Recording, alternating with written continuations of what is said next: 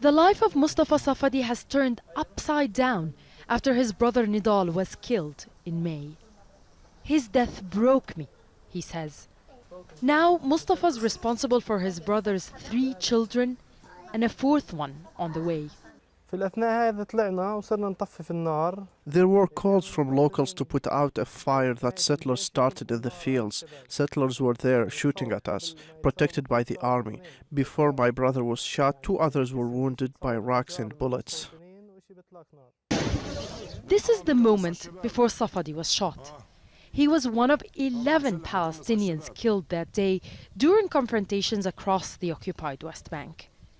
Human rights organizations say 4 of them were killed during settler attacks.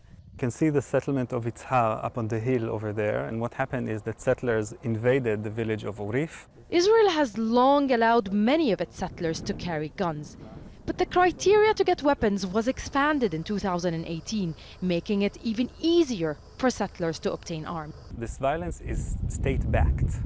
This is not the work of lone wolves that are acting as if by their own whim, but it's actually state policy. It is part of life in the West Bank under Israel's apartheid regime. Palestinians say settler attacks have become organized. So far this year, the UN has documented more than 300. Nearly a third have led to injuries, more than previous years. SUHEIR ASAYRA has experienced settler attacks several times. None has been as devastating as losing her son in May. We don't know who killed him. We saw the videos showing Israeli soldiers and settlers next to each other. How would we know?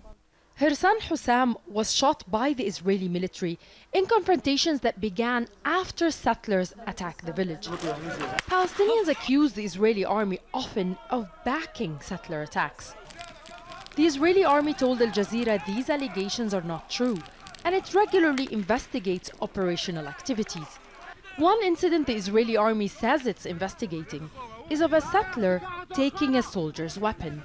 Many Palestinians like Safadi say these investigations are a way to save face, because often no one is held to account. Nida, Ibrahim, Al Jazeera, the occupied West Bank.